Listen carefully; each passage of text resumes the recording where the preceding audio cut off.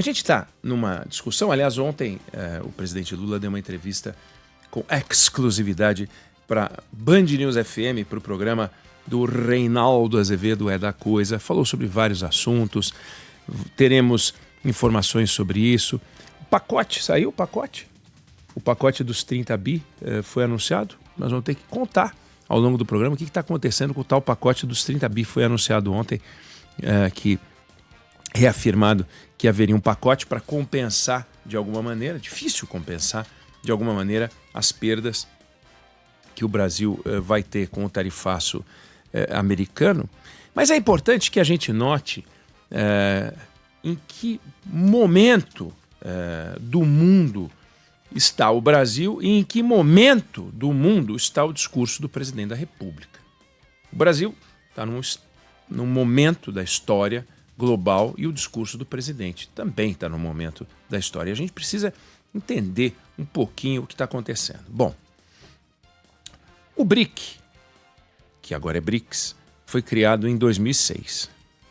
Então temos aí quase 20 anos, né? 19 anos de BRIC, com C. Brasil, Rússia, Índia e China.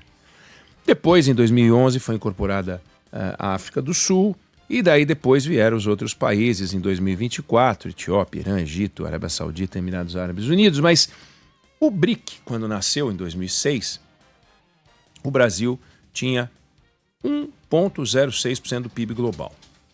1,06% do PIB global. Quando a gente pega os outros dois países, que são destacadamente os mais importantes do BRICS, que são a Índia e a China, o Brasil era 20%, a economia brasileira era 20% maior que a economia da Índia, e a economia brasileira representava 40% da economia chinesa. Então o Brasil era um país maior que a Índia em termos econômicos e quase metade da economia da China, né? 40% da economia da China. Era um país posicionado de um tamanho razoável para formar parte do tal do BRIC. Representava alguma coisa. 2006 foi o ano em que Lula disputou a sua primeira reeleição. Como está o Brasil hoje no ano em que Lula tenta considera disputar a sua segunda reeleição? Se ele disputar, vai ser no ano que vem, 20 anos depois da formação do BRIC, que depois virou BRICS.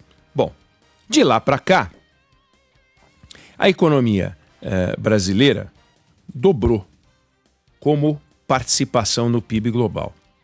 Só que a economia indiana quadruplicou. E a economia chinesa aumentou 8 vezes.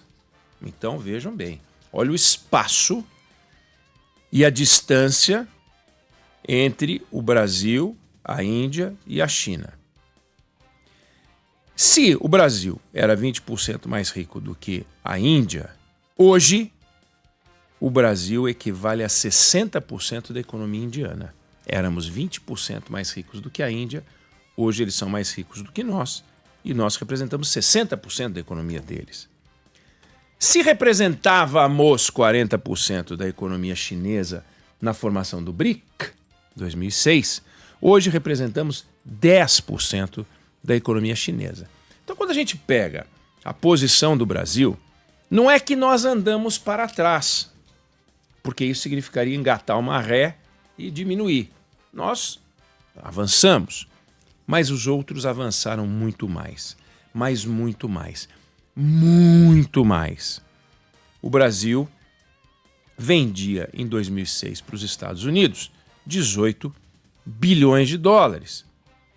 A Índia vendia 16 bilhões de dólares. Hoje o Brasil vende 40 bilhões de dólares para os Estados Unidos, pré-tarifaço, e a Índia vende 87 bilhões de dólares para os Estados Unidos. Não vou nem falar da China, que vendia 230, hoje vende 439 bilhões de dólares. Os Estados Unidos, maior sorvedor de produtos do planeta Terra, maior importador do planeta, importa por ano, 1,5 vezes, o PIB dos 54 países da África. É quase o PIB da Alemanha que os Estados Unidos importam por ano. E ao importar esse volume astronômico de dinheiro, ele exerce uma influência no mundo que é extraordinária. E ao exportar o que a China exporta, que é a maior exportadora do mundo, ela exerce uma influência no mundo que também é extraordinária. E o Brasil fica ali numa posição delicada, fazendo um discurso atrasado. Então o Brasil faz um discurso atrasado, que a China não faz, que a Índia não faz, mas que a gente faz. Então, o Brasil segue, e o presidente falou sobre isso, usou essa expressão, falou sobre essa ideia, o tal do Sul Global. Sul Global. Que diabo é o Sul Global? Sul Global é algo que simplesmente não existe. Sul Global é uma fantasia que serve para fazer discurso. Então, antes se falava em terceiro mundo, só que terceiro mundo contém uma carga de inferioridade, né? Uma carga negativa. Então, vamos para Sul Global. É mais chique. É uma expressão que vem sendo usada há 60 anos. Esse Sul Global, a China usa. Quando que ela usa? Usa para encantar o Brasil, usa para encantar a Tanzânia, usa para encantar o Butão, usa para encantar os países da África em geral, para dizer nós somos tudo igual. Nós, e ela é um gigante, mas nós somos todos iguais e tal. Então serve para ocupar espaço no mercado mundial. A Índia usa, de vez em quando, porque tem um sentimento anticolonialista lá muito forte, compreensível. E os meios acadêmicos na Europa e nos Estados Unidos usam para dizer que os Estados Unidos e a Europa são os males do mundo, mas no Brasil o presidente Lula se encantou com a expressão Sul Global e vem repetindo Sul Global, Sul Global, Sul Global, em oposição ao Norte Global, né, que produz esses males todos, né, o capitalismo internacional e tal. E, enquanto a gente faz esse discurso, a Índia e a China se tornam países muito maiores do que o Brasil. A China, brutalmente maior do que o Brasil, o PIB chinês se aproximando de 20% do PIB global, a Índia com 3,5% do PIB global e o Brasil com 2% do PIB global. Resultado, estamos ficando para trás, ainda que estejamos avançando, mas numa velocidade muito menor do que a desses países do Sul Global. E como esses países crescem? Eles crescem porque eles ocupam espaço no global, não no Sul Global, no global, no Norte Global, no Sul Global, em qualquer global está lá a China, em qualquer global está lá a Índia. Investindo em quê? Investindo em infraestrutura, investindo em formação de mão de obra, investindo em engenharia, investindo em matemática, investindo em inteligência artificial, investindo em investimentos que fazem sentido. E o Brasil? O Brasil andando de lado, patinando, se perdendo. Se amanhã os 11 ministros do Supremo Tribunal Federal resolvessem se tornar pessoas boazinhas, fofas, que não atravancassem nada o funcionamento do país, se amanhã os 584 parlamentares brasileiros resolvessem fazer um curso de gestão pública, administração pública, nas melhores escolas do Brasil, da Europa, dos Estados Unidos, da China, do Sul Global, e falassem, agora nós só vamos trabalhar para o bem do Brasil, né? Se amanhã o presidente da República montasse, não um conselhão, aquele troço que não serve para nada, mas um conselho de notáveis, os melhores personagens da academia do planeta Terra para trabalhar para ele, sabe o que iria aparecer? Que a gente tem que investir em inteligência artificial, que a gente tem que investir em educação, que a gente tem que investir em infraestrutura, que a gente tem que investir em tecnologia, que a gente tem que investir em logística. E a gente faz isso muito pouco. Mas no discurso do presidente da República, feito durante a entrevista levada ao ar ontem na Band News FM, no discurso do presidente, o Brasil está no caminho certo. O Brasil está no caminho certo. O Brasil, olha, sai da frente, porque a velocidade com que a gente vai crescer daqui para frente, principalmente se o presidente Lula for reeleito, aí, olha, não é tigre asiático, sei lá, como é que chama aquele? Godzilla. Vai ser um Godzilla, uma coisa impressionante. O que vai crescer a economia brasileira. Investir em quê? Nada. Nada. Porque não sobra dinheiro para nada. A gente não tem dinheiro para coisa alguma. Se, por hipótese, o presidente Donald Trump pegasse o telefone e dissesse: não vai mais brigar com o Brasil, não vou mais brigar com o Brasil, vou ligar para Lula.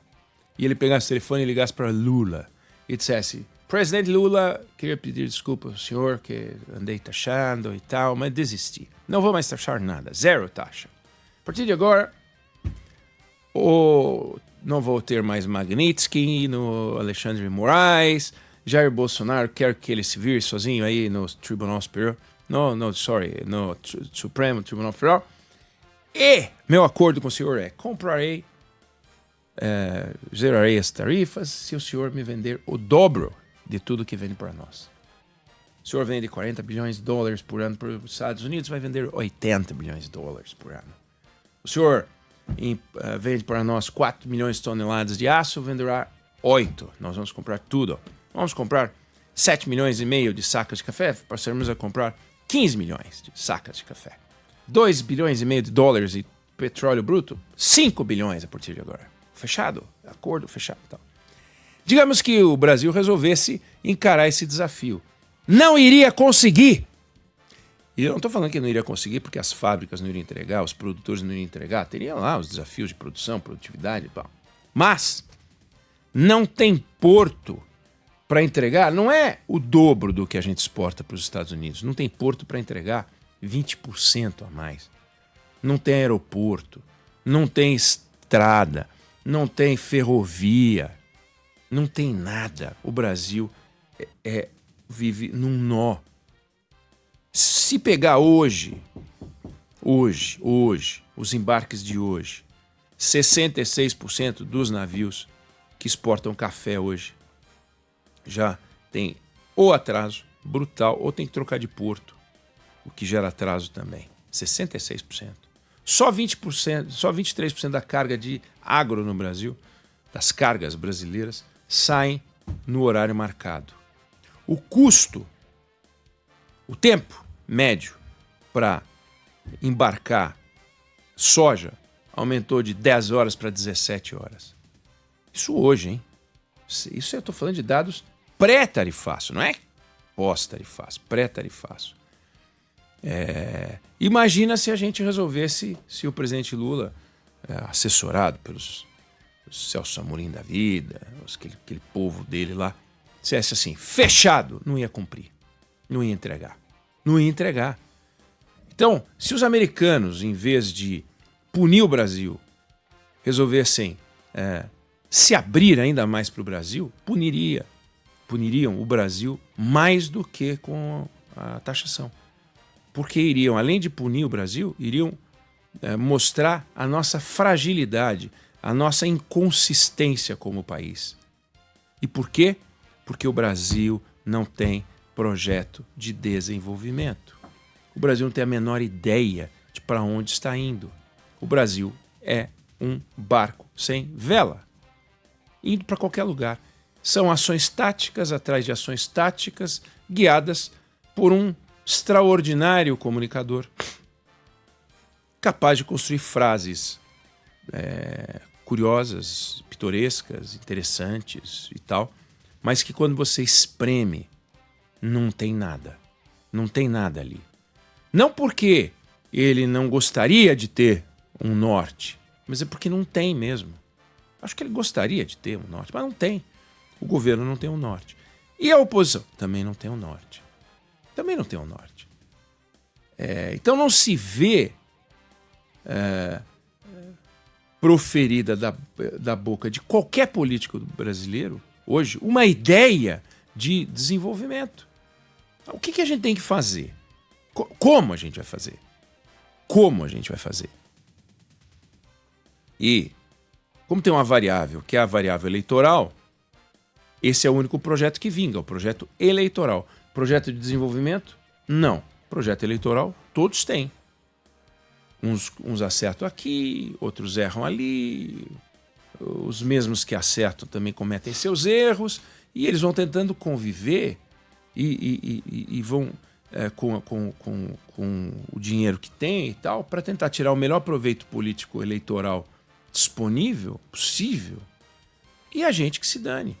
Aí a pergunta que se faz é, e o povo? E o povo? E a população? E a sociedade? O povo, a população e a sociedade que se dane. Por quê? Porque eu falo é com o eleitor. Então, os programas com nome bonito, inauguração de pedra fundamental, programetes miúdos que não tem o tamanho que o Brasil precisa.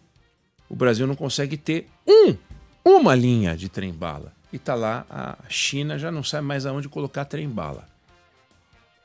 É inacreditável. A gente não consegue fazer a ferro-grão, a gente não consegue fazer uma ferrovia. A gente não consegue fazer uma ferrovia.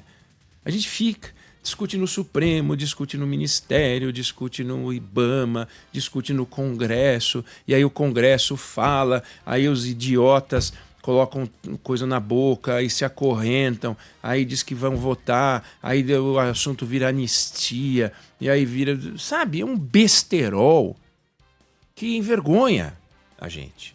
Que envergonha a gente. Aí vem o Trump, vai lá, mete uma tarifa na gente, a gente não sabe o que fazer. A gente não sabe o que fazer. A gente não tem musculatura. A gente não tem musculatura. O Brasil é um país frágil. Frágil. Basta ver esse dado. Éramos 20% mais ricos do que a Índia. Não é só que a China descolou, não. E hoje, a economia indiana é maior do que a nossa. Somos 60% da Índia. Éramos 20% maiores quando surgiu o BRIC. Depois veio o BRICS. E éramos 40% da economia chinesa, hoje somos 10% da economia chinesa. Quer dizer, como é que a gente pode falar de sul global, norte global? Isso aí não enche o copo de ninguém, não enche o prato de ninguém, não resolve o problema de ninguém, não bota ninguém na escola, não faz ninguém ensinar, aprender matemática, não faz ninguém aprender engenharia, não faz ninguém construir uma ponte, construir uma ferrovia. Quem é que vai liderar a transformação do Brasil com esse discursinho mequetrefe usado pelos políticos? Da situação, mesmo os de bico doce, que falam bonito, e os da oposição, que ainda que falem torto, porque não tem ninguém falando direito, a gente, quando espreme, também não sai nada. Também não sai nada. Porque não dá para dizer que programa de país é ajuste fiscal, né? O ajuste fiscal é um degrau que antecede o país que a gente quer ver construído. E que país esses caras propõem para a gente? Para onde a gente vai? Sul global? Vamos mudar o dólar? Porque o presidente também falou isso. Vamos mudar o dólar. O que tem que falar do dólar? Outro dia, numa palestra muito boa, Marcos Troerro disse o seguinte: 1871, a economia americana ultrapassou a economia do Reino Unido. 1871. 100 anos depois, o dólar se tornou a moeda referência do mundo. 100 anos depois da ultrapassagem. Então, a China, quando se usa o dólar por paridade de poder de compra, já é uma economia maior que a americana. Mas vamos deixar do jeito que está. Quando? Que moeda vai ser a moeda mundial? A moeda chinesa? Por que vai ser a moeda chinesa? Porque o Lula quer? Vai ser a moeda da Índia? A Índia e a China não se bicam. Vai ser a moeda da Índia? Vai ser o real? Vai ser o peso argentino? Qual que vai ser a moeda? Por que vai ser uma outra moeda? Porque nós não gostamos do dólar? Porque a gente não gosta de marca americana? Porque a gente é sul global? Ah, para com isso. Ideologia cega. Não funciona. Então, não se produz um ponto do PIB, esse discurso que a gente viu na entrevista do presidente ontem. Não se constrói um ponto do PIB. Claro, esse crescimento medíocre que a economia brasileira produz, esse dá para construir, né? Se você soltar uma pedra na montanha, ela rola, chega lá embaixo em alta velocidade. Isso não quer dizer que se produziu nada de muito espetacular, a não ser a força da gravidade e um pouco da resistência ali da montanha. É uma cilada se a gente não enxergar um projeto de país, porque qualquer solavanco, e este movimento do Donald Trump foi um mega solavanco, tira um país do rumo quando ele não tem uma vela para orientar o caminho, quando não tem bússola. É o caso do Brasil. Não sei se você concorda ou discorda, mas essa é a opinião que eu tenho sobre o assunto.